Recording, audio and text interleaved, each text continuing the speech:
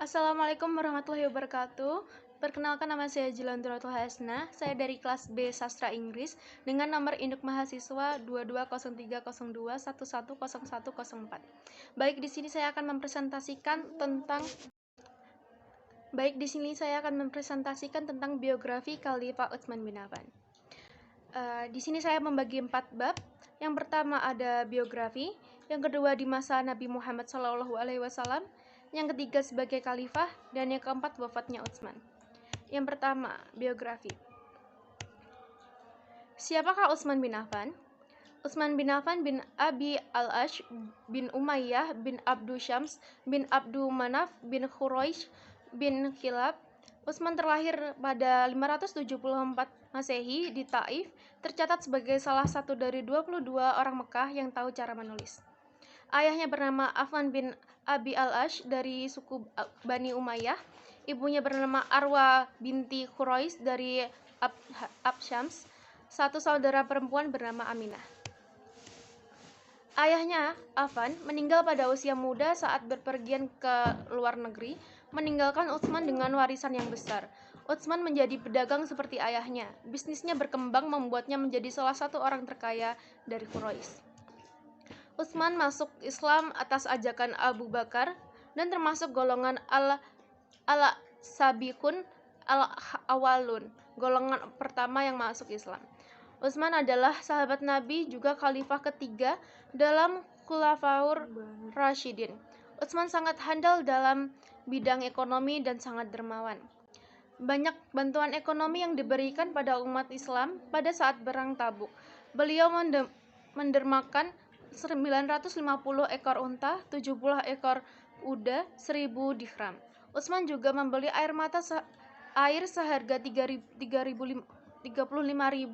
dirham yang diwakafkan untuk kepentingan rakyat umum. Pada saat kepemerintahan Abu Bakar, Utsman pernah memberikan gandum yang diangkut dengan 1000 unta kepada kaum miskin yang menderita musim kekeringan. Yang kedua, di masa Nabi Muhammad SAW.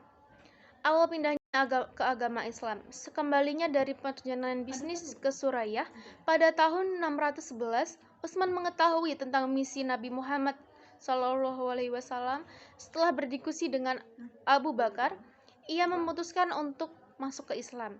Masuknya ia ke dalam agama Islam membuat marah sukunya yang sangat menentang ajaran Nabi Muhammad. Utsman hijrah ke Habasyah dan ke Madinah. Yang pertama, hijrah ke Habasyah. Utsman dan istrinya bermigrasi ke Habasyah pada bulan April 615 bersama dengan 10 pria muslim, 3 wanita, dan kemudian beberapa muslim bergabung dengan mereka. Pada saat seruan hijrah pertama oleh Rasulullah ke Habasyah, karena tekanan Quraisy terhadap Islam, Utsman bersama istri dan kaum muslimin lainnya memenuhi seruan itu hingga tekanan dari Quraisy reda. Tak lama ia mengikuti Nabi Muhammad untuk hijrah ke Madinah. Utsman diperintahkan Nabi untuk menegaskan bahwa rombongan dari Madinah hanya untuk beribadah di Ka'bah. Setelah 4 tahun berita menyebar bahwa Quraisy di Mekah menerima Islam, dan penerimaan ini membujuk Utsman, istrinya, dan 34 muslim lainnya. Namun ketika sampai di Mekah, mereka menemukan bahwa berita tentang itu adalah salah. Hijrah ke Madinah. Pada tahun 622, Utsman beserta istrinya berada di antara kelompok ketiga yang bermigrasi ke Madinah. Setelah sampai, Utsman tinggal bersama Abu Talha bin Tabit sebelum pindah ke rumah yang ia beli beberapa waktu setelahnya.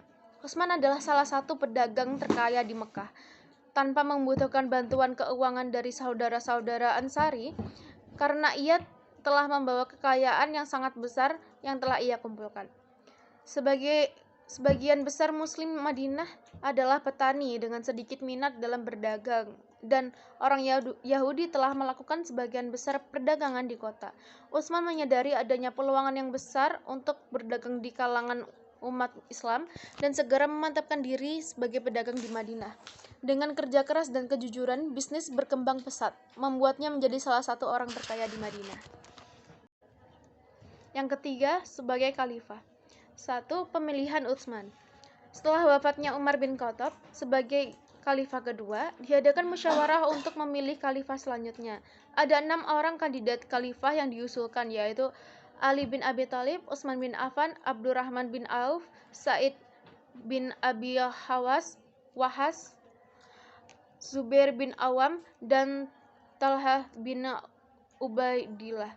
Selanjutnya 4 dari kandidat itu mengundurkan diri sehingga sisa Utsman dan Ali. Suara masyarakat saat itu cenderung memilih Utsman, maka diangkatlah Utsman menjadi khalifah ketiga di usia 70 tahun. Peristiwa ini terjadi pada bulan Muharram 23 Hijriah. Utsman menjadi khalifah di saat pemerintahan Islam telah mapan dan berstruktur. Administrasi, ekonomi, dan sosial. Utsman adalah orang berdagang yang sukses yang berkontribusi besar pada Kekaisaran Rashidun. Utsman telah memantapkan tunjangan dan asumsi kantor. Utsman meningkatkan sekitar 25%. Umar telah menempatkan larangan penjualan tanah dan pembelian lahan di wilayah yang ditaklukkan. Utsman mencabut batasan ini. Umar mendahului Utsman sangat ketat dalam penggunaan uang dari pemberendaraan publik. Terlepas dari tunjangan yang disetujui untuknya, Umar tidak mengambil uang dari pemberendaraan. Dia tidak menerima hadiah dan juga mengizinkan anggota keluarganya untuk menerima hadiah apapun. Selama waktu Utsman tidak menarik tunjangan apapun untuk keperluan pribadinya, juga tidak menerima gaji.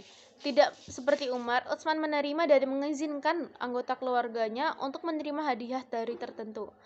Reformasi ekonomi yang diperkenalkan oleh Utsman telah mencapai efek yang jauh. Muslim maupun non-muslim dari Kekaisaran Rashidun menikmati kehidupan yang sejahtera secara ekonomi selama masa pemerintahannya. Pemberontakan di Madinah. Dari Mesir, sebuah kontingen sekitar 1.000 orang dikirim ke Mekah dengan instruksi untuk membunuh Utsman dan menggulingkan pemerintahan. Kontingen serupa berbaris dari Kufah dan Basrah ke Madinah. Mereka mengirimkan wakil mereka ke Madinah untuk menghubungi para pemimpin opini publik. Pemerintah dari kontingen dari Mesir menunggu Ali dan menawarinya menjadi khalifah pengganti Utsman yang ditolak oleh Ali.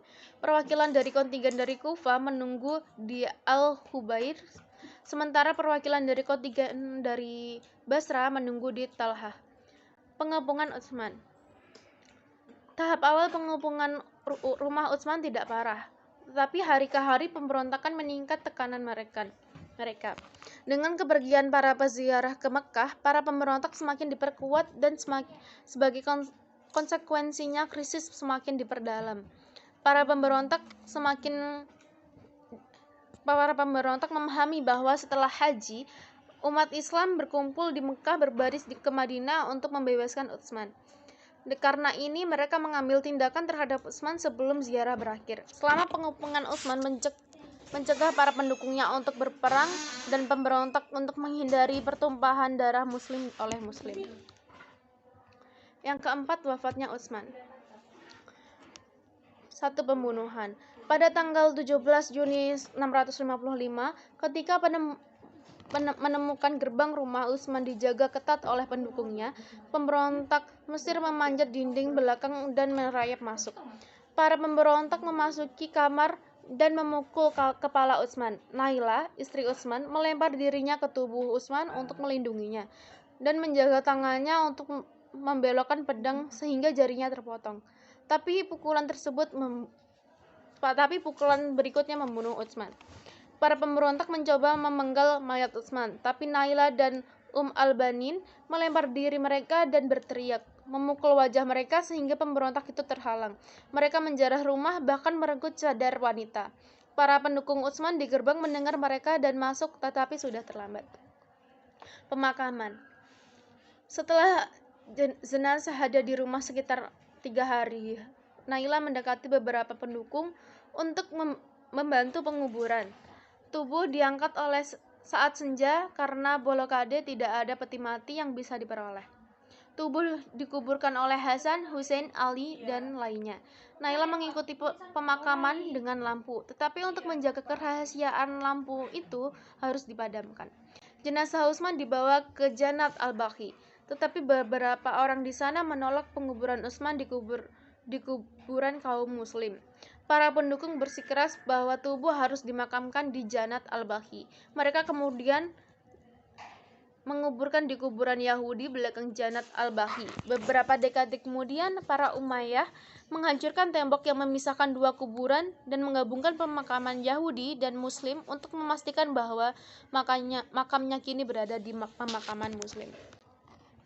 Pengetahuan lebih baik dari kekayaan. Pengetahuan melindungimu, sedangkan kekayaan harus kamu lindungi. Utsman bin Affan.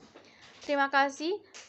Itu saja penjelasan dari saya tentang Utsman bin Affan. Kurang lebihnya mohon maaf. Wassalamualaikum warahmatullahi wabarakatuh.